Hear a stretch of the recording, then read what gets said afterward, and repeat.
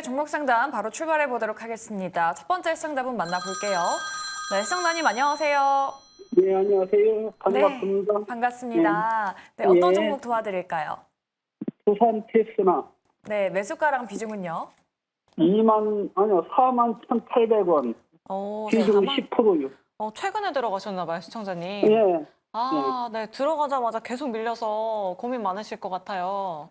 예. 네, 다른 반도체 종목도 많이 가지고 계신가요, 시청자님? 뭐 삼성전자도 가지고 있고, 뭐 현대제철도 가지고 있고 그래요, 그냥. 네, 알겠습니다. 그럼 두 분과 함께 이 두산 테스나에 대해서 전략 세워보도록 할게요. 네, 두 분 네. 준비되셨으면 팻말 들어주시죠. 중립 그리고 긍정이 나왔습니다. 네. 중립 의견 한번 들어볼게요. 최근에 뭐 반도체가 좀 부진해가지고 우리 유튜브 채팅창에서도 시청자분께서 반도체 답답해서 좀 쓰러지는 줄 알았다라고 네. 말씀을 하세요. 오늘 특히나 또 더 네. 답답했어요. 네. 본부장님 어떤 의견이실까요? 일단 지금 이렇게 주가의 하락에 대한 부분들은 지금 상반기에 대한 실적 모멘텀 자체가 저는 부족하다 이렇게 보고 있고요. 국내 이제 오사타 기업 중에 하나인데 지금 어쨌든 반도체 D램이라던가 낸드 쪽 업황에 대한 개선, 그리고 지금 두산 테스나 같은 경우는 웨이퍼 테스트 관련된 부분 사업을 하고 있기 때문에 어쨌든 이 업황이 개선된다고 한다면 웨이퍼 단의 테스트에 대한 부분들이 저는 실적으로 전환될 가능성이 높다라고 보고 있기 때문에 그 업황에 대한 부분들이 좀 회복이 되면서 지금 하반기에 조금 저는 노려보셔야 될 것 같아요. 근데 중립을 들였던 이유는 지금 어쨌든 기술적으로 봤을 때 주가가 계속적으로 저점을 낮추는 형태를 보이고 있습니다. 무슨 말이냐면 지금 64,000원 고점을 달성한 이후에 지금 올해 들어와서 계속 고점을 낮추고 있고 저점을 낮추고 있거든요. 특히나 이제 2월 말에 저점이었던 이 자리까지 이탈을 하면서 지금 41,000원대 구간까지 이탈한 모습이 나왔습니다. 그러다 보니까 이거 지금 추세적인 흐름 자체는 어쨌든 저점을 낮추는 흐름이기 때문에 이걸 가지고 지금 당장에 어떤 반등이 나온다라고 판단하기는 좀 어려움이 있다라고 생각을 해서 중립 의견을 드렸고, 하지만 이게 지금 당장 보이기에는 더 빠질 가능성이 있다 이렇게 보일 수 있겠지만 하반기까지 좀 기다려 보신다고 한다면 만약에 반도체 쪽에 대한 D램이라던가 낸드에 대한 업황의 개선, 그리고 HBM에 대한 부분들이 조금 더 명확하게 뭐 삼성전자 같은 경우는 통과를 하면서 그 부분이 지금 해소가 된다거나 이런 부분이 나오게 된다고 한다면 웨이퍼 테스트에 대한 부분들은 강조가 될 것이고 그 부분에 대한 실적에 대한 기대감이 다시금 살아나지 않을까 이렇게 예상을 해봤을 때 어쨌든 지금 2분기까지는 조금 힘들지 않겠냐. 그리고 이제 7월부터 3분기에 들어가는데 3분기 이후에 어쨌든 실적에 대한 모멘텀이 살아나면서 개선이 되는 그런 여지가 있다. 이러한 관점에서 봤을 때 지금 그래서 중립 의견을 드렸습니다. 왜냐하면 기술적으로 보면은 추가적인 하락도 예상이 되지만 업황으로 봤을 때는 하반기에는 조금 살아나지 않을까. 그래서 지금 매수가 대비해서 손실 중이시긴 한데 비중이 크지 않으신 점, 그리고 손실폭 자체가 그렇게 큰 편은 아니다라는 관점에서 봤을 때는 제가 봤을 때는 조금 보유를 하시면서 좀 하반기까지는 저는 보셔야 되지 않나 이렇게 생각을 하고 있고요. 그동안 사실 많이 오르긴 했습니다. 많이 올랐고 3배가량 오른 다음에 지금 조정이 나오는 모습인데 여기서 제가 봤을 때는 더 하락 낙폭만 커지지 않는다고 한다면 하반기에는 어느 정도 반등하지 않을까 이렇게 봤을 때 저는 그래서 지금은 뭐 추가 매수나 이런 것보다는 지금 가지고 계신 비중 10%를 조금 더 보시는 게 좋겠다 이렇게 좀 말씀드리고 싶습니다. 네, 알겠습니다. 하반기까지는 좀 지켜보자라고 이렇게 말씀해 주셨는데요. 필비님의 긍정 의견도 안 들어볼 수가 없겠죠. 근데 차트를 보면 긍정적일 수가 없을 것 같아요. 5월 이후로 계속 하락 추세를 지금 타고 있습니다. 반등이 가능할까요, 필비님? 네, 저는 기본적으로 반도체 업종 큰 틀에서 보면은 최근에는 소형주, 중형주가 꽤나 많이 소외되는 그런 모습을 보이고 있는 게 참 아쉽기는 합니다만 의외로 그렇게 많이 빠졌기 때문에 기본적으로 삼성전자와 SK 하이닉스를 기반으로 하고 있는 기업들이 올라가는 가운데 수혜도 어느 정도 있을 것이다 그리 보여집니다. 동사 같은 경우 1분기 실적이 꽤나 아쉬운 면이 없지 않아 있었습니다. 차량용 반도체에 대한 테스트, 이 부분에 있어서의 꽤나 많은 매출액과 영업이익에 아쉬움이 있었다 하더라도 연도별로 한번 쭉 살펴보게 되면 결국에는 꾸준하게 매출액은 늘어나고 있구나라고 하는 것을 우리가 리포트를 통해서 한번 확인해 볼 수 있고요. 매출액이 늘어나는 것에 비해 영업이익의 증가율은 꽤나 많이 아쉽습니다. 결국 영업이익률이라고 하는 측면에서는 아쉬운 면이 없지 않아 있는데 이것은 결국 비용이라고 하는 측면을 얼마나 효율적으로 관리하느냐에 따라서 영업이익률 자체는 단기간에 크게 개선이 될 수도 있습니다. 그 모든 것을 감안했을 때 주가가 꽤나 많이 빠져 있기 때문에 여기에서 추가적인 하락을 우리가 기대하고 혹은 우려하고 그저 겁을 먹기보다는 시장의 분위기와 동사가 보일 수 있는 이 모든 실적을 고려하여 조금은 더 가지고 가보고 아니면 주가가 크게 양봉이 나오면서 거래량이 실리는 시점 그때 맞추어서 추가 매수도 한번 해볼 것도 권해드리겠습니다. 네, 이렇게 두 분의 의견 좀 자세하게 들어봤고요. 추가 매수 전략도 조금 말씀을 드려봤습니다. 네, 시청자님. 예, 네, 조금 도움이 되셨을까요? 예, 감사합니다. 네, 잘 참고하셔서 전략 만드시길 바라겠습니다. 네, 두산 테스나 도와드렸고요. 다음 시청자분도 모셔볼게요. 네, 안녕하세요. 네, 시청자님. 예, 여보세요. 네, 반갑습니다. 네, 반갑습니다. 예, 어떤 종목 도와드릴까요? HD 현대인프라코요. 네, 매수가랑 비중 어떻게 되실까요? 8,850원에 한 20% 됩니다. 네, 조금 꽤 들고 계셨네요, 시청자님. 예, 예, 네, 올해 들어서 매수하신 거죠? 예. 아, 네. 아, 혹시 어떤 이유 때문에 매수를 하셨을까요? 아니, 그게 미수가까지 올라올 수 있는 종목인가 해가지고 궁금해서요. 네, 알겠습니다. 그럼 두 분과 함께 전략 세워보도록 하겠습니다. 두 분 준비되셨으면 팻말 들어주시죠. 두 분 다 긍정 주셨네요. 네. 사실 예상외로 긍정이 나왔습니다. 본부장님께 여쭤보도록 할게요. HD 현대인프라코 모멘텀이 좀 살아있을까요? 일단 1분기 실적 모멘텀이 굉장히 좀 안 좋다 이렇게 네. 좀 말씀을 드리고 싶고요. 그 부분에 의해서 지금 좀 반응이 좀 뜨뜻미지근하지 않았나 이렇게 좀 볼 수 있겠고요. 아무래도 지금 뭐 주가 자체는 계속적으로 횡보하는 모습이 나오고 있습니다. 그러니까 작년 10월부터 지금 뭐 특별한 뭐 상승이나 하락보다는 옆으로 지금 횡보하는 모습이 거의 7개월 동안 나오고 있거든요. 근데 1분기에 어쨌든 실적이 그렇게 썩 좋지 않았다라는 점을 봤을 때는 주가를 좀 방어를 잘해줬다 이렇게 보고 있고요. 그러한 점에서 좀 긍정 의견을 드렸고 이제 2분기 그리고 3분기, 4분기에는 이러한 실적에 대한 개선세가 지금 예상이 되고 있고 그런 리포트들도 조금씩 나오고 있기 때문에 아무래도 그러한 실적 모멘텀이 조금 살아나게 된다고 한다면 이 부분에 있어서 저는 반등하지 않을까 생각을 하고 있고요. 지금 사실 뭐 어떻게 보면은 이게 뭐 관심도 자체가 막 그렇게 막 주목을 받지는 못했었던 것 같아요. 왜냐하면 그렇다 할 지금 뭐 올해 잘 나갔던 실적주들처럼 뭐 실적 모멘텀이 있는 것도 아니고 그렇다고 이 건설기계 쪽에 어떤 되게 탁월한 성장성을 기대감을 줄 수 있는 그런 모멘텀이 있는 것도 아니었기 때문에 그래서 지금 계속적으로 횡보하는 모습이 나오지 않았나 이렇게 생각을 하고 있고요. 지금 말씀해주신 매수가는 8,850원이라고 말씀하셨는데 매수가 위로 충분히 달성은 가능하다. 다만 이제 시간이 좀 필요하고 이번에 2분기 실적 발표가 되는 것도 봐야 되고요. 그리고 1분기보다는 더 나아지는 실적, 그리고 3분기, 4분기에도 더 나아질 것이다라는 예상이 된다고 한다면 그때 이제 수급들이 들어오면서 좀 상승이 나와주지 않을까 이렇게 예상을 해서 그래서 긍정 의견 드렸습니다. 네. 네. 알겠습니다. HD 현대인프라코 좀 긍정 의견 드려봤습니다. 우리 송자님 대응하시는데 도움 많이 되셨길 바랄게요. 네, 그럼 저희 다음 시청자분도 한번 바로 모셔보도록 할게요. 네, 시청자님 안녕하세요. 네, 시청자님. 예, 안녕하세요. 네, 반갑습니다. 예. 네, 오늘 어떤 종목 도와드릴까요? 예, 에코프로 머티요. 네, 매수가랑 비중 어떻게 되실까요? 109,600원에 예, 15%요. 그때 블록딜 이슈 나오고 나서 들어가신 건가요, 시청자님? 예. 아, 저점 매수 관점으로 들어가신 거죠? 예. 근데 그 이후로 계속 더 빠져서 고민되실 것 같아요. 예. 네, 그 부분이 궁금하신 건가요, 시청자님? 예. 네, 알겠습니다. 그럼 두 분과 함께 앞으로의 전략 한번 세워보도록 할게요. 네, 두 분 준비되셨으면 팻말 들어주시죠.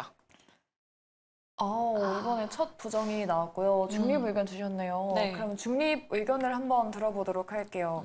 에코프로 모티 참 악재가 있었는데 과연 좀 반등이 가능한 위치인 건지 어떻게 보실까요? 그래도 2차 전지 관련된 기업들이 주가가 정말 많이 빠졌기 때문에 네. 우리가 반등은 내심 기대할 수는 있는 게 그나마 좋은 점이고요. 그러니까요. 그 외에 섹터 전체 전반적인 흐름에 대해서는 역시나 아직은 안 좋습니다. 그래서 제가 중립 의견을 우선은 드렸는데요. 에코프로 머티 같은 경우도 마찬가지이고 지금 2차 전지 관련된 기업들은 거의 소수 몇 종목, 뭐 대주전자재료, P&D 정도를 제외하고는 거의 비슷한 움직임을 보이고 있습니다. 기존에 있는 건 역시나 2차전지를 기반으로 하고 있는 산업 자체가 지금 꽤나 많이 흔들리는 거죠. 그도 그럴 것이 지난해 7월까지 2차전지 관련된 기업들의 주가 흐름이 너무나 좋았습니다. 철저하게 전기차에 들어가는 소재 또 기타 셀 업체들이 전기차를 기반으로 하고 있는 완성차 업체에 비해서 협상력에 있어서 우위에 있었는데 그게 불과 1년 정도가 지난 시점에서 이게 완전히 바뀌어 버렸습니다. 그 당시만 하더라도 각 기업들의 공장을 증설하고 캐파를 확충하고 시장에 공급할 수 있는 물량을 더 확대하기 위한 움직임을 보였으나 불과 1년 만에 시장 환경이 이렇게 바뀌다 보니 그때 들어갔던 모든 투자가 지금은 손실로 이어지고 있는 그런 상황입니다. 에코프로머티도 지금 크게 다르지는 않습니다. 매출액과 영업이익 기준으로 1년 전 대비 큰 폭으로 감소를 했고요. 그러다 보니 지난해 기준으로 상장 이후 주가가 크게 올랐음에도 불구하고 지금은 꽤나 많이 흔들리고 있는 그런 상황입니다. 적어도 2차전지가 당분간 시장의 주도 섹터로 자리 잡기에는 시간은 더 걸릴 것 같습니다. 상대적으로 반도체, 대형주 위주로 움직임이 좋고요.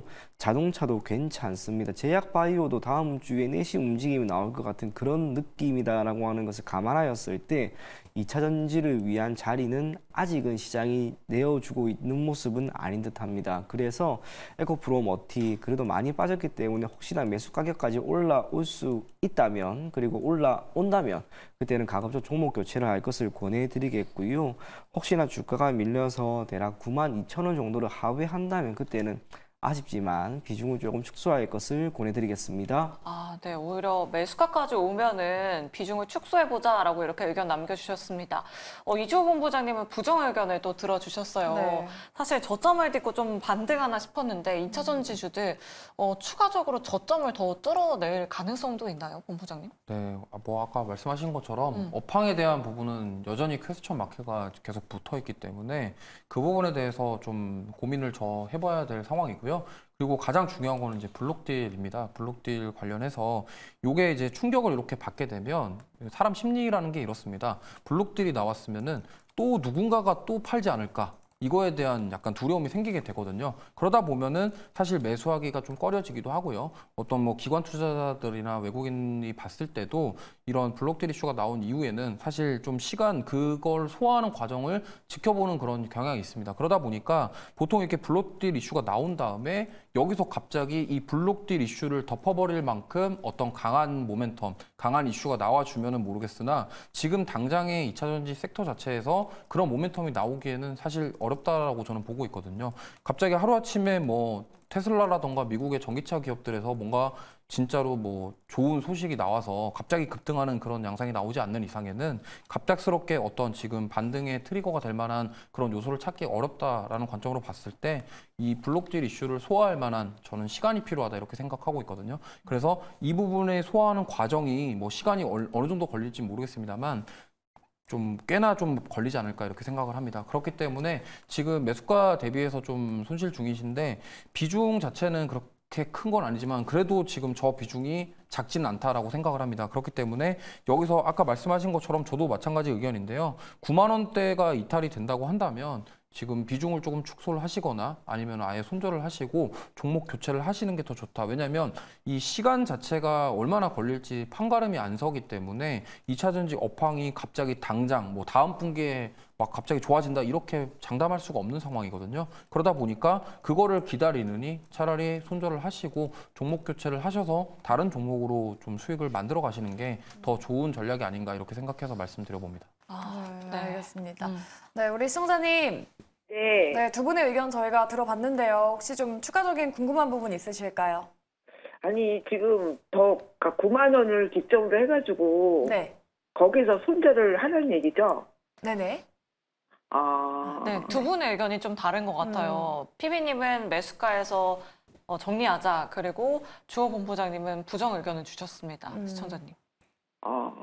예, 잘 알겠습니다. 네, 잘 알겠습니다. 정리하시면서. 수고하세요. 네, 예. 감사합니다. 네, 이렇게 저희 여러분들의 종목 고민 정말 꼼꼼하게 도와드리고 있고요. 아래 나가고 있는 전화 그리고 문자, 유튜브까지 열려 있습니다. 지금 빠르게 많은 연락 부탁드리도록 할게요. 네, 그럼 저희 다음으로는 문자 상담 도와드릴게요. 우리 7265님이십니다. 하나기술 갖고 계신데 매수가 57,000원, 비중은 20%입니다. 손절해야 되는지 여쭤보시고 오늘 왜 이렇게 빠지나요? 라고 여쭤보시는데 사실 어제 이제 저희가 시간회에서 본부장님과도 했었는데 계약 해지 공시를 좀 다뤄드렸었잖아요. 근데 시간회 하한가 갔다가 오늘 또 급락이 나왔습니다. 근데 또 양봉으로 마감이 되긴 했어요. 네. 그래서 이 부분은 PB님께 한번 여쭤보도록 할게요. 네. 하나기술 좀 손절해야 되는지 여쭤보시는데 또 양봉 마감이 돼가지고 어떤 대응 필요할까요? 개인적으로 저는 우선은 털고 가자라는 이야기를 드리고 싶습니다. 조금 전에 제가 2차 전지와 관련된 이야기를 했는데요. 지금 2차 전지와 관련된 리포트 제가 최근에 읽었던 거라서 좀 찾아봤는데 이 핵심이 이거예요. 2차 전지 관련된 기업들의 주가 흐름이 안 좋았던 이유 중에 하나는 결국 무게추의 이동입니다. 기존의 공급자가 가지고 있던 협상력이 수요자로 이동을 했고요. 이 수요자가 지금의 하나 기술처럼 대규모 그리고 장기 공급 계약에 대한 부분을 해지한다라고 하는 이야기가 나올 수 있는 게 지금 딱 하나 기술의 상황입니다. 그게 지금 현실화된 거죠. 그러다 보니 추후에 기존에 있었던 다른 여러 가지 계약들도 이행이 될지에 대한 부분에 대해서 의문점이 분명히 생길 수밖에 없고요. 앞서 이야기한 것처럼 결국에는 업황이 지금 회복될 만한 요건이 단기간에 보이지는 않을 것으로 보입니다. 오늘 양봉이 나왔습니다. 그러다 보니 희망이 꽤나 들고 이거 조금 기다리면 올라가는 것 아니야. 그리고 올라갈 수도 있긴 있습니다만 그거는 아무도 모릅니다. 적어도 한 가지 확실한 것은 하나기술은 지금 주가에 큰 악재로 작용할 만한 공급 계약 해지건이 나왔고요. 그리고 주가가 꽤나 많이 밀렸다는 것. 그래서 지금은 잠시 미련을 조금 접어두시고 하나기술은 아프지만은 가급적이면 비중을 축소하거나 정리할 것을 저는 권해드리도록 하겠습니다. 네, 아쉽지만 비중 축소의 의견 남겨주셨습니다. 우리 시청자님 잘 참고해 보시길 바라겠고요.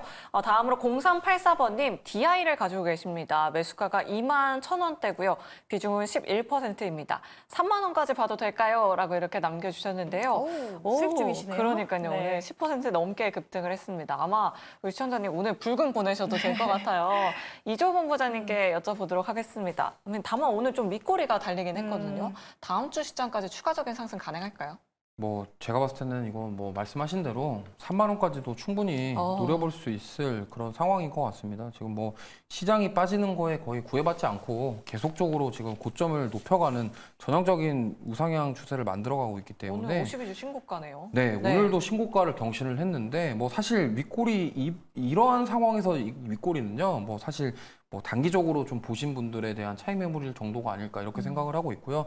지금 HBM과 관련돼서 최대 수혜주 중에 또 하나로 손꼽히고 있고 좀 사실 뭐 한미반도체나 이런 거보다는 늦게 출발했습니다만 지금 계속적으로 꾸준하게 상승세가 이어가고 있기 때문에 과거에 이제 뭐 테크윙부터 시작해서 한미반도체 지금 뭐 HBM과 관련돼서 대장격으로 움직이는 종목군들 보시면요 거의 뭐 조정 없이 계속적으로 신고가를 경신하는 모습이 나오고 있기 때문에 이 종목도 지금 거래량 동반한 다음에 계속적으로 상승이 나오고 나서 약간 쉬어가다가 다시 한번 지금 고점을 돌파하는 모습을 만들어냈습니다. 그리고 거래량 자체도 계속적으로 유지가 되고 있고요. 그러다 보니까 여기서 한 번 더 저는 탄력이 나오지 않을까 생각을 하고 있고 충분히 3만 원까지도 한번 노려볼 수 있지 않겠냐 이렇게 생각하고 있습니다. 뭐 조금 걱정이 되신다 하신다고 한다면 지금 11% 정도라고 하셨는데 조금 불안하시면은 절반 정도 매도하시고 익절하신 다음에 나머지를 조금 더 보시는 것도 방법이기 때문에 잘 참고하셔서 대응해 보시면 좋을 것 같습니다. 네, 신고가 랠리를 보여주고 있는 DI 뭐 3만 원 정도까지 여쭤보셨는데 그 부분 좀 가능할 것 같다. 그리고 다양한 전략 말씀드려봤으니까요. 잘 참고해 보시면 좋을 것 같습니다. 네, 저희 그럼 다음 시청자분은 전화로 한번 도와드리도록 하겠습니다. 네, 시청자님 안녕하세요. 예, 네, 반갑습니다. 고맙습니다. 반갑습니다. 어떤 종목 도와드릴까요? 예, 그 대한제당인데요. 네. 3,500원이 15%예요. 이번 주 월요일에 들어가셨을까요? 맞아요. 예, 딱 고점에 들어가셨네요, 시청자님. 예, 네, 예. 어떤 부분이 고민이실까요? 글쎄요, 그 종목을 제가 사기 전에는 기관의 의견들이 계속 사고 있다고 그러고 그러니까요. 또 뭐 식품주로 들어가잖아요. 그래서 근데 오를 것 같아 샀더만은 또 사고 나서 조금 올랐다가 계속 밀리네요. 네, 알겠습니다. 그럼 앞으로의 전략 한번 세워보도록 하겠습니다. 예, 예, 예. 네, 두 분 예. 준비되셨으면 팻말 들어주시죠. 대한제당 중립 어. 그리고 긍정이네요. 그러면 긍정 의견 안 들어볼 수가 없겠죠. 네. 우리 시청자님 손절보다는 조금 그냥 진득하니 가져가는 게 나을까요, 피비님? 네, 저는 조금은 더 가지고 아. 가보자라는 이야기를 드리고 싶은데요. 네. 조금 전에 이 청자님이 그런 이야기를 했지 않습니까? 이 식품 관련된 기업들이 잘 가는데 왜 이게 왜 못 가는지 잘 모르겠다고. 네. 여러 가지 이유가 있겠지만 식품이라고 하는 것은 섹터로 보면 다시 세부적으로 두 가지로 나뉘어질 수가 있습니다. 하나는 식품 소재 기업이고요. 두 번째로는 뭐 오리온이라든지 농심과 같은 완제품을 시장에 공급하는 기업입니다. 최근에 주가가 크게 오를 수 있었던 기업들은 완제품을 시장에 공급하는 기업이었지 소재 쪽은 아니었습니다. 하지만 이 소재 기업들이 최근에 원가에 해당하는 부분에 대해 부담이 조금씩 줄어들고 있습니다. 기본적으로 국제 유가가 꽤나 많이 안정세를 보이고 있고요. 그러한 가운데 국제 원자재 가격도 안정화를 보이고 있습니다. 필연적으로 대한제당이 해외에서 유입시키는 다양한 제품군들, 소재군들에 대한 매입 원가가 떨어질 수 있는 그런 상황으로 보입니다. 이러한 상황에서 완제품을 시장에 공급하는 기업들은 매출액이 계속해서 늘어나고 있죠. 결국 대한제당은 비록 1분기 기준으로 실적은 아쉬운 면이 있었다 할지라도 2분기, 3분기 시간이 조금 지나는 가운데 우리나라에 있는 K푸드, 그 많은 기업들의 매출액이 늘어나는 것과 함께 동사의 실적도 개선이 될 수 있지 않을까 그리 생각을 합니다. 매수 가격이 3,500원 정도고 이번 주에 들어간 걸로 보이는데요. 시장의 성격이 바뀌면서 우선은 아쉬운 타이밍에 사실상 매수를 하시긴 하셨습니다만 그래도 시간과 해당 산업군이 현 시점에서 나쁘지 않다는 것, 그걸 우리가 고려해 본다면 대한제당은 조금 더 가지고 갈 만한 가치가 있는 기업이 아닌가 그리 생각을 합니다. 대략 3,750원에서 3,800원 정도 그 가격대까지는 계속해서 보유해 갈 것을 권해드리겠습니다. 네, 알겠습니다. 그래도 좀 홀딩 관점 말씀드려봤으니까요. 우리 시청자님 꼭 탈출할 수 있기를 기원해 보도록 하겠습니다. 네, 대한제당 도와드렸고요. 다음 시청자분도 바로 만나보도록 할게요. 네, 시청자님 안녕하세요. 네, 안녕하세요. 네, 반갑습니다. 네, 예, 어떤 종목 수고하십니다. 아유, 감사합니다. 어떤 종목 도와드릴까요? 예, 아모센스 네, 매수가랑 22,000 비중은요? 22,000원에 10%인데 도중에 있잖아요. 13,000원에 한 10% 팔았거든요. 네. 그래가지고 지금 있는데 어떻게 저걸 손절을 해야 되나 아니면 저게 그 회사가 없어질 회사가 막 싶은 그런 마음도 들고 그래서 한번 여쭤보고 그러면 추가 매수를 해야 되는지 어떻게 해야 될지 몰라서 한 상담 드려봤습니다. 고민이 좀 많이 되실 것 같아요. 그러니까요. 작년 8월에 한창 핫할 때도 네. 들어가셨었네요, 시청자님. 예, 네. 그래 10%는 팔았어요. 네, 알겠습니다. 앞으로 추가 상승 여력이 있는지 두 분과 함께 전략 세워보도록 할게요. 두 분 네, 준비되셨으면 감사합니다. 할 말 들어주시죠.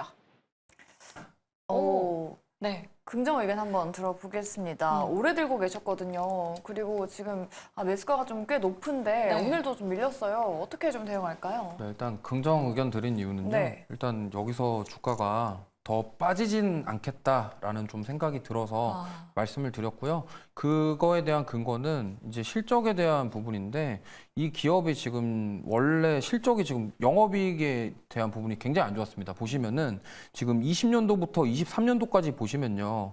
적자, 흑자 전환을 했는데 영업이익이 정말 얼마 안 됐었습니다. 근데 올해 이제 예상치가 영업이익이 82억으로 나오고 있죠. 근데 물론 이건 추정치긴 하지만 어쨌든 이제 마진율, 그러니까 이익률이 올라간다라는 점은 저는 긍정적으로 보고 있고 여태껏 주가가 계속적으로 이렇게 빠졌었던 이유 중에 하나가 이러한 부분들이 부족했다라는 점. 봤을 때 제가 봤을 때는 어느 정도 바닥을 다져주면서 올라가지 않을까 이렇게 생각을 하고 있고 최근에 상승이 나왔던 이유 중에 하나가 이제 SOFC랑 겹쳐가지고 좀 약간 테마성으로 움직이긴 했는데 만약에 7월 달에 체코 원전 수주가 만약에 된다고 한다면 그거와 관련돼서 같이 섹터 전반적으로 좀 상승이 나오지 않을까 이렇게 생각을 하고 있어요. 그리고 기업의 이제 본업 그리고 실적에 대한 부분들이 개선되는 흐름들이 나오기 때문에 만약에 이러한 이익률에 대한 증가가 평가가 지금 주가에 아직 되지 않았다라고 판단을 하고 있고 만약에 그 부분이 평가가 된다고 한다면 충분히 올라올 수 있을 것이다 이렇게 보고 있습니다. 하지만 이제 이 기업 같은 경우는 워낙 시가총액이 작습니다. 그러니까 억대인데요. 사실 시가총액이 작다 보니까 변동성이 클 수 있다라는 점을 좀 감안하셨으면 좋겠고, 지금 뭐 당장에 매수가까지 한 번에 다 올라간다 이렇게 말씀드리기는 좀 어렵지만 어느 정도 바닥을 다지고 있는 모습이 나오고 있기 때문에 만약에 좀 강하게 탄력이 나온다고 한다면 지금 가격에서 저는 손절하시기보다는 조금 어느 정도 올라왔을 때 손절을 하시거나 아니면 조금 더 지켜보셔도 되지 않겠냐, 이런 생각에 저는 긍정 의견을 드렸고, 지금 뭐 기술적으로 봤을 때는 뭐 주가 자체는 지금 사상 신저가 부근에서 계속 왔다 갔다 하고 있거든요. 그렇기 때문에 여기서 더 빠지기는 좀 어렵지 않나, 이러한 관점에서 봤을 때 좀 반등이 나오는 국면까지 좀 기다려보자. 왜냐하면 지금 거래량 자체도 워낙 없습니다. 주목을 받지 못하고 있기 때문에 여기서 거래량이 나오면서 상승이 나오는 그런 움직임을 확인한 이후에, 그 이후에도 거래량이 나오고 나서도 뭐 움직임이 그렇게 지지부진하다 싶으면은 그때 가서 종목 교체를 하는 것도 나쁘진 않겠지만, 제가 봤을 때는 여기 가격대에서는 무너지지 않겠다. 그렇다 한다면은 강하게 반등이 나올 때 손절을 하시더라도 그때 가서 하자라는 취지로 긍정 의견 드렸습니다. 네, 알겠습니다. 손실은 불가피하지만 그래도 좀 손실을 최소화하자. 지금은 아닌 것 같다라고 이렇게 의견 남겨주셨습니다. 우리 시청자님 잘 참고해 보시면 좋을 것 같고요. 네. 저희 계속해서 종목 상담 받고 있습니다. 전화번호 02-2000-4919번 활짝 열려 있고요. 문자 메시지 샵 2034로 고민되시는 종목명, 매수가 비중 보내주시면 됩니다. 네, 그럼 저희 시간 내에서도 이슈가 나오고 있는 종목들 한번 짚어보도록 하겠습니다. 이 영일만 관련주죠. 대왕고래 테마가 오늘도 또 시간 내에서 좀 꿈틀대고 있습니다. 네. 지금 태웅도 그렇고 동방은 지금 4%가 넘는 상승세를 보여주고 있는데, 사실 오늘 정규장에서는 약간 밀렸단 말이죠. 이 부분은 이창원 PB님과 좀 이야기 나눠보도록 할게요. 이 영일만은 좀 계속해서 이슈가 나오는 것 같긴 한데, 이 주가 흐름을 좀 어떤 방식으로 대응을 좀 해보면 좋을까요?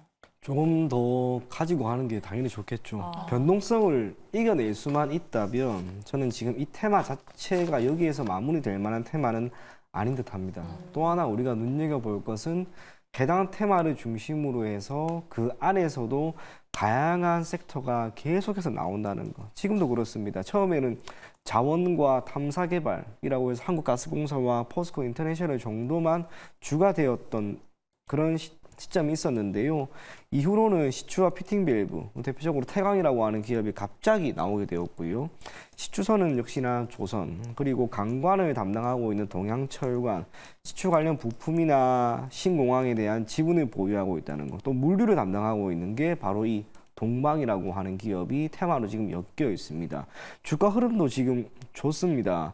주가 자체가 전반적으로 6월 들어서는 변동성을 보이고 있다 하더라도 저점 대비 지금 50% 이상 올라가 있는 거죠. 한국가스공사 같은 경우에는 거의 2배 정도나 올라갔는데, 그것을 감안한다면 동방은 그렇게 많이 오른 것도 아닌 듯합니다. 본격적으로 시추, 탐사, 그리고 매장량에 대한 확인, 거기까지가 걸리는 시간이 대략 1년입니다.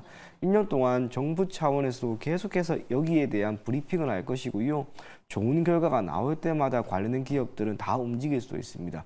초전도체와 지금 매우 동일하고 흡사한 모습입니다. 차이가 있다면 관련된 섹터, 그 안에서도 세부적으로 나뉠 수 있는 섹터가 너무나 많기 때문에 그 기업들이 계속해서 수혜를 얻을 수 있다는 것을 감안한다면 동방은 조금은 더 가지고 가는 게 옳지 않을까, 그런 이야기 전해드리도록 하겠습니다. 네, 알겠습니다. 지금 태웅로직스가 시간에서 3% 넘게 상승하고 있고요. 동반도 시간에 4%대 상승세 보여주고 있는데, 동방을 최선호주로 꼽아주셨습니다. 다음 주 시장에서 참고해보시면 좋을 것 같습니다. 네. 그럼 다음으로 국제약품도 한번 여쭤보도록 할게요. 지금 시간의 거래에서 거의 6% 가까이 상승세 보여주고 있습니다. 이 백일화가 굉장히 유행이라고 하는데요. 제 주변에도 걸렸더라고요. 근데 3달 동안 또 기침을 한다고 잘 낫지 않는다라고 하던데, 국제약품이 지금 시간에서 강세입니다. 최근에 주가 변동성이 조금 단기적으로 있었는데, 이 종목은 다음 주에 좀 어떻게 대응을 해볼까요? 일단은 네. 그 관련해서는 어쨌든 이슈에 의해서 지금 급등이 나왔다라고 좀 보고 있고요.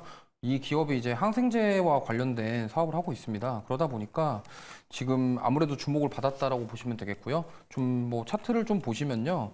변동성이 굉장히 큽니다. 뭐 과거에 코로나일 때도 변동성이 컸고요. 지금 보시면은 상승과 하락이 정말 무서울 정도로 단기간에 급등이 나온 다음에 쭉 빠지는 그런 양상이 나오기 때문에 만약에 이 종목을 접근하신다고 한다면요. 저는 트레이딩 관점으로 좀 짧게 보고 접근하셨으면 좋겠고요. 이거와 관련해서 이 기업이 얻을 수 있는 이득에 대해서 좀 생각해 보시면 좋을 것 같아요. 이 기업이 항생제와 관련된 기업인데 그게 만약 이걸로 인해서 지금 100일에 감염 환자들이 늘어날 때 그럼 여기가 이득을 얻을 수 있겠냐? 그럼 이 항생제가 계속적으로 많이 처방이 되면서 좀 얻을 수 있냐에 대한 부분을 좀 확인해 보시면 좋을 것 같고요. 워낙 이 종목 같은 경우는 위아래로 변동성이 크기 때문에 저는 좀 이 점을 좀 감안하셨으면 좋겠어요. 물론 실적이 개선이 되면서 추가적으로 상승이 나올 수도 있겠습니다만 어쨌든 이러한 이슈, 그러니까 이 감염이 더 이상 뭐 퍼지지 않고서 멈춘다 이러한 경우도 있을 수가 있기 때문에 이러한 여러 가지 가능성을 열어두고서 보시는 게 좋지. 그냥 뭐 이러한 환자들이 늘어난다, 뭐 미국에 이런 환자들이 뭐 몇 프로 늘어났다더라 이러한 부분만 화면만 보고서 뭐 들어가셨다가 오히려 이런 변동성에 당하게 될 경우가 크기 때문에 이러한 점을 감안하셨으면 좋겠고 어쨌든 기술적으로 봤을 때는 지금 거래량이 나올 때 상승 나오는 모습 초기와 약간 비슷한 모습이긴 합니다. 하지만 변동성이 크다라는 점을 꼭 인지를 하셨으면 좋겠고요. 뭐 다음 주에도 시세를 이어갈 수 있겠습니다만 그 변동성만 대응만 된다고 하신다고 한다면요. 저는 뭐 단기적으로 상승이 충분히 나올 수 있다 이렇게 말씀드리고 싶습니다. 네, 알겠습니다. 이렇게 국제약품까지 전략 세워주셨습니다.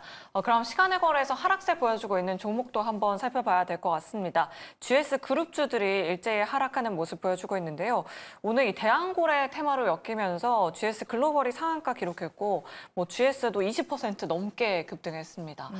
이런 대형주가 두 자릿수대 급등을 나타낸 것만으로도 정말 뜨거운 상승세라고 표현할 수 있을 것 같은데요. 시간에서 하락하는 이유, 그냥 차익 실현일까요? 아니면 다음 주 시장에서 뭐 추가적인 하락을 예상을 해봐야 될까요, 피디님? 개인적으로 오늘 뜻하지 않게 너무 많이 오른 거죠. 그러니까요. 그래서 시간에 의해서 빠지는 것 정도로밖에 보이지는 않습니다. 해당 기업과 포스코 인터내셔널을 기반으로 해서 대왕 프로젝트 이 사업에 지금 참여를 했습니다. 민간 기업으로서 참여를 합니다. 어떤 형태로 민간 기업들에게 여기에 따른 투자 성과 혹은 참여가 이루어질지는 잘 모르겠는데요. 아마도 지분 투자는 하지 않는 선에서 이루어지지 않을까 그리 보여집니다. 전반적으로 한국가스공사를 기반으로 하고 있는 대왕고래 테마는 당분간은 시장에서 꺼질 만한 이슈는 아니라고 보여집니다. 오늘 GS는 첫 출발입니다. 첫 출발인과 동시에 52주 신고가를 기록했기 때문에 우리가 여기에서 이제 시세가 마무리되고 바로 주가는 제자리로 돌아올 것이다 라고 생각을 하기보다는 오늘 시세가 처음 나왔기 때문에 설령 고가에서 잡았다 하더라도 조금은 더 끌고 갈 필요가 있다라고 보여집니다. 그래서 GS 같은 경우에는 당분간은 계속해서 홀딩하면서 한번 가지고 가보자. 그런 이야기, 그런 전략 제시해 드리도록 하겠습니다. 네. 대왕고래 테마에 대해서는 좀 전반적으로 긍정적인 의견을 드려봤습니다. 홀딩 관점 말씀을 드려봤고요. 저희 마지막 종목으로는 에이프릴바이오도 짚어보도록 하겠습니다. 이 기술 이전 호재 덕분에 지금 어제는 또 상한가를 기록하고 오늘도 좀 추가적으로 소폭의 상승이 나왔어요. 근데 또 지금 시간후에서도 무려 7% 가깝게 좀 급등이 나오고 있는데 본부장님께 한번 여쭤보도록 할게요. 에이프릴바이오 좀 다음 주에도 이 시세를 좀 이어갈 수 있을지요? 요즘에 바이오 시장에서 이 기술 이전에 대한 이슈가 정말 핫한 것 같아요. 뭐 들리는 말에 의하면 네. 제2의 알테오젠이 아니냐 뭐 이런 얘기들이 나오긴 하는데 뭐 그 정도 급으로 지금 갈 거라고는 좀 말씀드리긴 좀 어렵고요. 물론 중요한 것은 이제 이 공시에 정확하게 나온 이 자가염증 질환 치료제 기술 이전 계약 체결에 대한 부분은 확실히 맞는 부분입니다. 근데 문제가 이제 이 기업 같은 경우는 원래 실적에 대한 모멘텀은 사실 없었습니다. 없었는데 이제 원래 이런 거 있잖아요. 꼴찌하던 학생이 갑자기 막 뭐 상위권에 들어가면은 선생님들이 놀래고 컨닝하지 않았니? 뭐 이런 얘기도 하잖아요. 근데 그런 느낌이라고 좀 보시면 될 것 같아요. 못하던 친구가 갑자기 뭐 잘하니까 이게 막 반응이 급하게 나왔다 이렇게 생각을 하고 있고요. 물론 지금 기술 이전 금액 자체가 6,500억 규모인데 시가총액보다 훨씬 뛰어넘는 수준이긴 합니다. 그러한 측면에서 봤을 때는 추가 상승이 충분히 기대해 볼 수 있을 만한 그런 건 맞고요. 그리고 추세 자체도 정확하게 저점을 계속 높여가면서 우상향해 가는 흐름을 만들어 가고는 있습니다. 그래서 추가적인 상승이 좀 나올 것이다라고 예상은 하지만 이게 과연 알테오젠처럼 그렇게 갈 것이냐에 대한 부분은 퀘스천 마크고요. 오늘 사실 이 음봉에 대한 의미는 사실 뭐 저는 이렇습니다. 그동안 진짜로 좀 지지부진하게 움직이다가 좀 오르고 있긴 했었는데 계속 상승과 하락을 반복하는 모습이 나오다가 갑자기 이렇게 올라가니까 누군가는 좀 팔고 싶었던 거 아닐까 이렇게 생각을 하고 있고요. 이 기술 이전을 토대로 해서 앞으로 더 좋은 뭐 소식들이 나올 가능성도 있기 때문에 이러한 거래량의 의미가 추가 상승을 나타내는 시그널이 될 수도 있다라고는 생각합니다. 하지만 이게 뭐 진짜로 알테오젠처럼 그렇게 갈 거냐에 대한 부분을 아직까지는 단정 짓기는 어렵습니다. 그렇기 때문에 그 부분 참고하시면 좋겠고요. 좀 변동성은 크지 않을까 이렇게 생각을 하고 있기 때문에 그 부분 유념하셔서 만약에 내가 이거를 몰랐는데 오늘 이걸 알고서 내가 다음 주 이걸 도전해봐야겠다 이런 생각을 하시고 계신다고 한다면 비중을 조금 적은 비중으로 좀 트레이딩 관점으로 좀 접근을 하시면서 대응을 해보셨으면 좋겠고요. 나는 이게 제2의 알테오젠이 될 것이다. 그리고 매수를 하신다 그러면 말리진 않겠습니다만 그게 어떻게 될지는 이제 좀 지켜보셔야 될 것 같다. 이렇게 말씀을 드리고 싶습니다. 네, 알겠습니다. 알테오젠도 오늘 급등에 이어서 시간에서도 1% 넘게 상승을 하고 있습니다. 그럼 바이오 업황 전반적으로는 좀 어떨까요? 리스크가 있을까요? 본부장님 다음 주에? 뭐 사실 다음 주에 뭐 어떤 리스크나 이런 거보다는 네. 지금 투심 자체가 금리 인하 쪽으로 보고 있는 것 같습니다. 그러니까 무슨 말이냐면 네. 메이저 수급들이 결국에는 금리 인하를 할 거야. 이것 쪽으로 지금 방향을 잡아가다 보니까 그 와중에 이제 기술 이전이라던가 뭐 여러 가지 긍정적인 호재들이 나오면서 그와 맞물려서 올라가고 있다라고 보고 있고요. 물론 이제 금리 인하가 확정이 된 건 아닙니다. 뭐 또 연준 위원들이 언제 또 말을 바꿀지는 우리는 알 수 없어요. 그렇지만 지금 수급 자체가 이쪽으로 집중되고 있는 모습은 그 메이저 수급들이 지금 금리 인하에 어느 정도는 보고 있다. 이러한 관점으로 접근을 해보신다고 한다면 지금 어쨌든 시장을 주도하고 있는 게 실적주, 대형주 이렇게 가고 있잖아요. 근데 만약에 그 실적주들이 꺾이는 시점, 그 실적주들이 이제 그만 올라가는 시점이 바이오라던가 로봇이라던가 이런 성장주 쪽으로 수급이 이동될 가능성이 있기 때문에 지금 어느 정도 뭐 시동을 걸고 있다 이 정도로 보고 있고요. 만약에 금리 인하에 대한 시그널이 명확해진다고 한다면 그때 좀 더 강한 상승이 나오지 않을까 이렇게 보고 있기 때문에 다음 주에도 이러한 지금 뭐 알테오젠부터 시작해서 전반적으로 지금 기술 이전을 하는 기업들 그리고 이러한 쪽으로 지금 뭐 되게 좋기 때문에 이런 쪽으로 수급이 계속적으로 들어올 것이다라고는 볼 수 있을 것 같습니다. 네, 알겠습니다. 요즘에 뭐 알테오젠부터 시작해서 에이프릴 바이오, 뭐 리가켄 바이오까지 잘 가서 네. 바이오 업종 섹터 전반적으로 한번 여쭤봤습니다. 또 그만큼 종목 고민 있으신 분들 정말 많으실 것 같은데요. 저희한테 지금 바로 연락 주셔야 상담 받으실 수 있습니다. 전화번호 02-2000-4919번이고요. 문자 메시지 샵 2034도 활짝 열려 있으니까요. 여러분들의 많은 연락 기다리고 있겠습니다. 네, 그럼 저희 다음은 문자 상담 한번 도와드리도록 할게요. 우리 8353님이신데 종근당을 갖고 계십니다. 매수가가 10만 원, 그리고 비중이 20%입니다. 오늘 하락 이후랑 앞으로의 전망이 궁금하다라고 말씀을 하시네요. 지금 원래는 소폭의 또 수익권이셨는데 그러니까요. 오늘 6%가 넘게 빠지면서 바로 또 손실권으로 내려앉았습니다. 네, 이 부분은 이청원 PB님께 좀 여쭤보도록 할게요.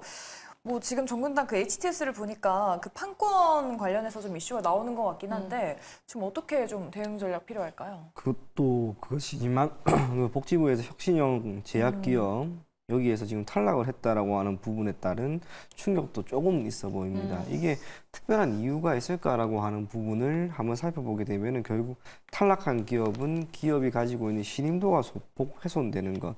저는 거기에도 초점을 맞출 수 있다라고 보여지고요. 기존의 종근당 같은 경우 지난해에 K캡을 기반으로 하고 있는 주력 의약품 자누비아와 함께 K캡 이들의 매출액이 소폭 감소되는 모습을 보였습니다. 그럼에도 불구하고 심혈관 포트폴리오에 대한 구축을 해 나간과 동시에 동사에 대해서 주가가 약세인데도 불구하고 리포트 기준으로는 14만 5천 원 그리고 15만 원까지 여전히 목표 주가가 이어지고 있는 그런 상황입니다.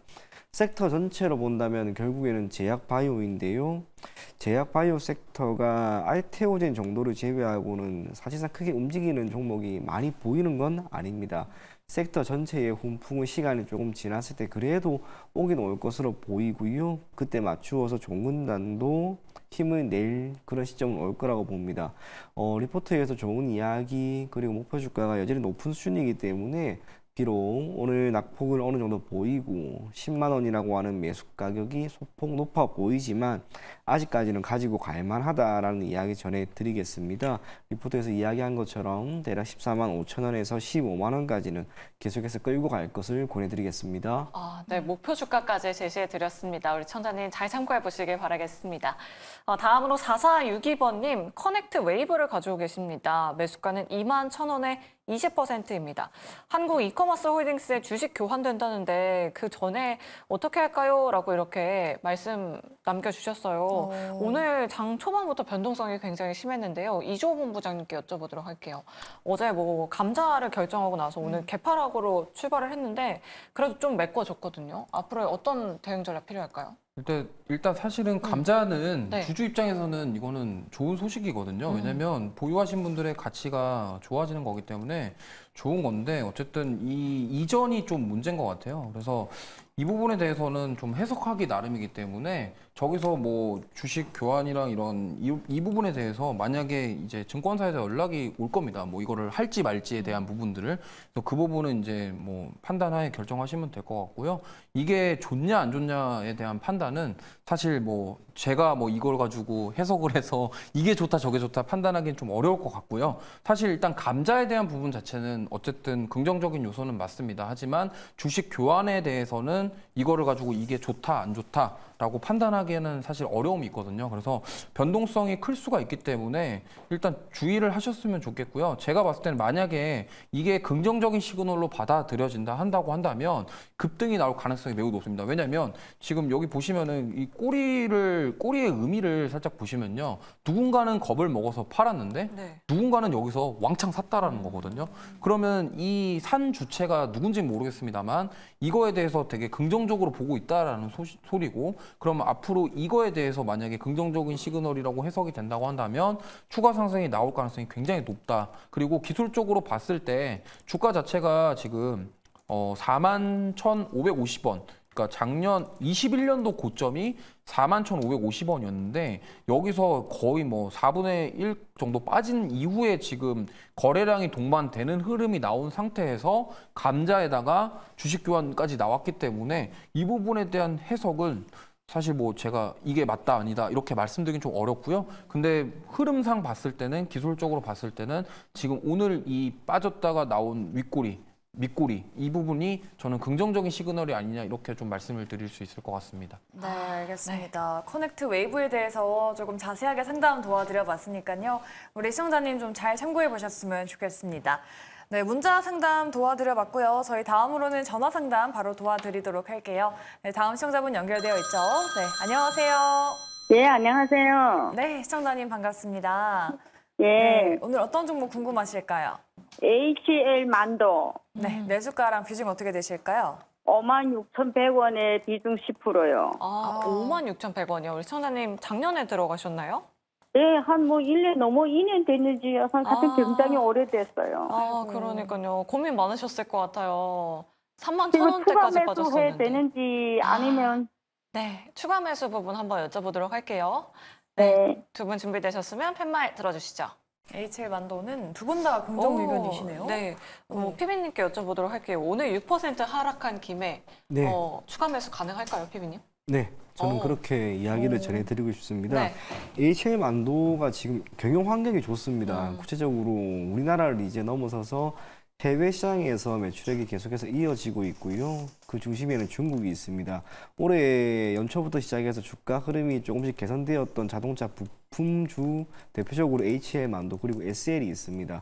이 두 가지 기업이 가지고 있는 공통점이 중국 시장에서 지난 몇 년 동안의 영업 활동을 기반으로 판로를 개척을 했고요. 그곳에 있는 중국산 완성차 기업들에게 직접적으로 제품을 공급함에 따라 매출액이 가시적으로 나오고 있습니다. 덕분에 HL 만도의 주가도 최근에 꽤나 괜찮은 모습을 보였고 SL 같은 경우에는 52주 신고가까지 나왔습니다. 국내 기준으로는 완성차 업체의 주가 흐름과 실적에 대한 기대감이 여전히 높습니다. 그렇다면 종합 부품사에 해당하는 HL 만도 같은 경우에도 당연히 거기에 따른 낙수 효과를 우리가 기대할 수 있을 것으로 보여집니다. 그 모든 것을 감안하였을 때 HL 만도는 지금 구간에서는 꽤나 매력이 있다라고 하는 것을 우리가 인지할 필요가 있을 것 같고요. 올 한해 글로벌 전체 전기차와 내연기관의 판매량은 소폭 둔화되고 있습니다만 중국만 지금 늘어나고 있습니다. 기존에는 역시나 이공환신 정책에 따라서 중국 시장에서는 새로운 차에 대한 수요가 늘어나고 있다는 것, HL 만도에게는 당연히 기회로 작용할 수밖에 없을 것으로 보이기 때문에 오히려 오늘처럼 이렇게 주가가 많이 밀린 시점에 맞추어서 추가 매수를 조금 해보고요. 비중이 소폭 늘린 뒤 매수 가격을 낮추고 그리고 조금 더 기다린다면 저는 매수 가격 위에서 수익도 얻을 수 있을 것이다. 그런 전략, 그런 전망 제시해 드리도록 하겠습니다. 네. 알겠습니다. 이렇게 HL 만도 상담 도와드렸습니다. 우리 시청자님 투자 판단에 많은 도움 되셨길 바라겠고요. 계속해서 다음 시청자분도 바로 만나보도록 하겠습니다. 안녕하세요. 여보세요? 네, 안녕하세요, 시청자님. 예. 네, 오늘 어떤 종목 고민되실까요?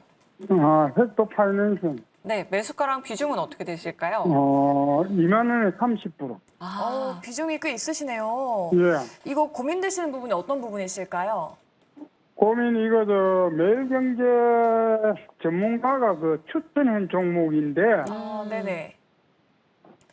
추천을 23,000원에 해가지고 네. 23,100원인가 그때 추천을 해가 내가 23,100원에 바로 샀는데 네. 그래가 한 2,500원 떨어져가지고 다시 팔고 다시 있다가 2만 원 이틀인가 3일 있다가 2만 원에 다시 샀어요.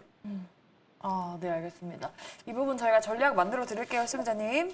예. 네. 본부장님께 좀 바로 여쭤보도록 할게요. 이 종목 좀 실적도 조금 안 좋은 것 같긴 한데 최근에 그래도 좀 바닥 다지고 올라와주고 있는 것 같긴 하거든요. 지금 어떻게 대응을 좀 해볼까요? 네, 일단 지금 좋아지고 있다라고 좀 말씀을 드리고 싶고요. 지금 보시면은 전년 동기 대비해서 좀 영업이익이 늘어날 것이다라고 지금 예상이 되고 있거든요. 지금 보시면은 조금씩, 그러니까 이게 모멘텀 자체가 그렇게 큰 건 아닌데 뭔가 조금씩 좋아지고 있다. 어쨌든 PG 서비스라든가 결제 관련해서 사업을 하고 있고 결국에 STO 관련주로 엮이는데 과거에 이제 그 관련주들 상승이 나올 때 좀 많이 올랐다가 지금 조정이 받은 상태고요. 그리고 제가 봤을 때는 이게 지금 당장에 어떠한 뭔가 모멘텀 이슈 그런 것들이 나오지 않는 이상 막 급등이 나오는 그런 흐름이 나오기는 좀 어려울 것 같고요. 그나마 좀 긍정적인 거는 이러한 그런 진행하고 있는 사업들에 대한 뭐 영업이익률 증가 이런 것들, 이런 마진율에 대한 증가에 대한 부분들이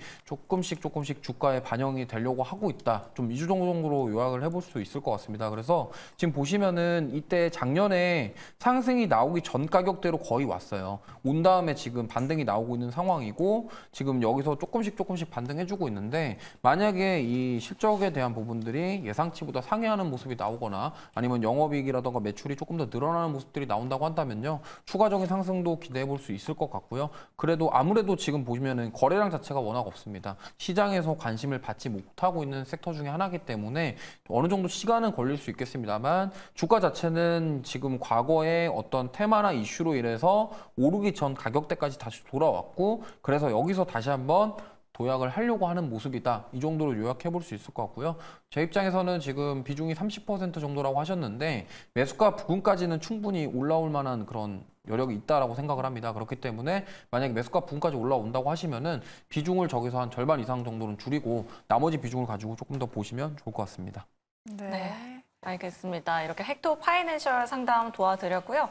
계속해서 리노공업 상담도 도와드리도록 할게요. 네, 유튜브 창에서 라임님께서 보내주셨는데 매수가가 27만 원 그리고 비중이 15%라고 합니다. 자꾸만 밑으로 가네요. 어떻게 대응해야 될까요? 라고 여쭤보시네요. 그러니까요. 오늘 3% 하락이 나왔습니다. 네. 피비님께 여쭤보도록 할게요. 사실 이제 다음 주 수요일 우리나라 시간으로는 목요일에 마이크론의 실적 발표도 있잖아요. 그때까지 이렇게 반도체주들 주가가 계속 흘러내릴지 리노공업과 함께 반도체 업황은 또 어떻게 보실까요, 피비님? 큰 틀에서 저는 반도체는 참 좋게 보는 그런 네. 사람입니다. 마이크론의 1분기 실적이 어떻게 나올지에 대해서는 저도 알 수는 없지만 개인적으로 크게 흔들리거나 그러진 않을 것 같습니다. 만약에 그랬다면 삼성전자, 또 SK하이닉스, 마이크론, 메모리 쪽에서의 시장 점유율이 거의 100%이기 때문에 사전의 움직임 자체가 안 좋았어야 하는데 삼성전자와 SK하이닉스의 움직임은 꽤나 괜찮습니다. 그저 마이크론의 어제 보였던 주가 하락은 미증시가 상당 부분 많이 올랐기 때문에 나온 한 가지 약세 흐름이다라고 생각하시면 좋을 것 같고요. 그러한 측면에서 보았을 때 반도체 업종은 결국에는 초반에 이야기했던 것처럼 시간을 두고 올라갈 거라고 봅니다. 리노공업도 마찬가지입니다. 1분기 기준으로 반도체와 관련된 기업들의 주가가 꽤나 많이 올랐는데 당시 기준으로는 모든 것들이 기대감이었습니다. AI, 또 반도체 장비, 온디바이스 AI, 기타 HBM, 디자인하우스 모든 것들이 기대감이었다면 1분기 실적 발표가 나온 이후로는 이제 실적이 나오는 기업들 위주로 움직임이 나오는 겁니다. 리노공업 1분기 실적이 대단히 나쁘거나 그러지 않았습니다. 그리고 기술적으로 본다 하더라도 연봉상으로 지금 계속해서 올라가고 있는 이런 기업입니다. 이런 기업은 짧게 보았을 때는 당연히 약간의 조정은 있게 마련입니다. 하지만 이러한 조정을 지금까지 잘 이겨내면서 주가도 잘 올라왔다는 점을 토대로 투자자분 라임님은 그저 호흡만 조금 길게 가지고 가면 괜찮을 것이다. 그런 이야기 전해드리겠고요.